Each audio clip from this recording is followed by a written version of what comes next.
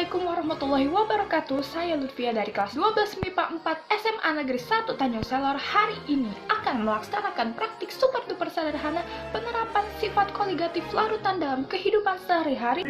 Kenaikan titik didih.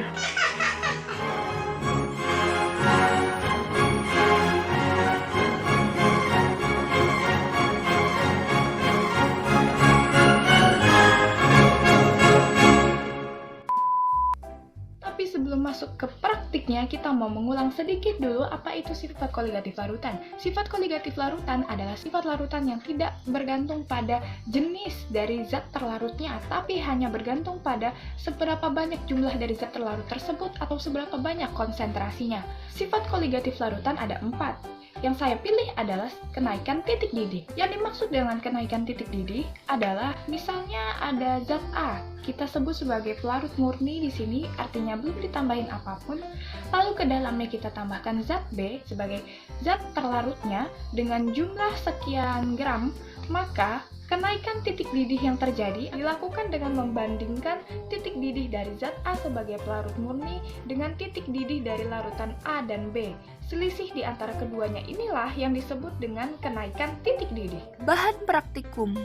Di sini saya menggunakan mie instan, telur, dan juga bumbu mie instan, serta stopwatch. Proses praktikum.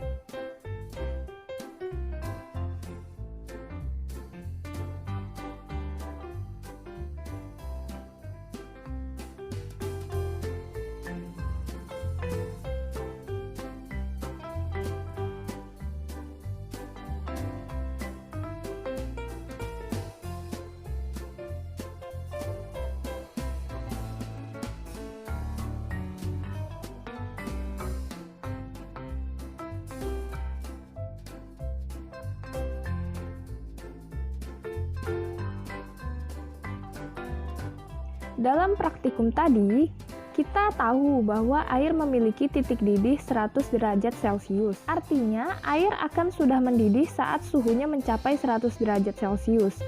Lalu saat air yang mendidih tersebut ditambahkan ke dalamnya zat lain berupa mie instan, tampak bahwa air tersebut langsung berkurang kondisi didihnya. Padahal saat itu proses pemasakan masih berlangsung dan seperti pada awalnya air sudah mendidih, artinya suhu saat itu sudah mencapai 100 derajat Celcius. Ini berarti bahwa air yang di dalamnya sudah ditambahkan zat lain, dalam hal ini merupakan mie instan, memiliki titik didih yang lebih tinggi dibandingkan dengan titik didih awalnya. Air yang sudah ditambahkan mie instan tersebut memerlukan waktu sekitar 30 detik untuk kembali mendidih. Dengan proses pemasakan yang masih terus berlanjut, dapat dipastikan bahwa di pendidihan kedua ini suhunya sudah di atas dari 100 derajat Celcius.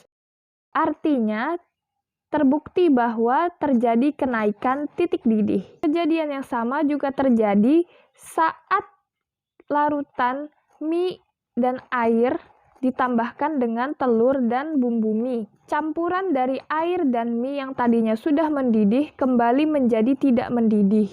Sama bahwa telah terjadi kenaikan titik didih seperti kejadian yang pertama.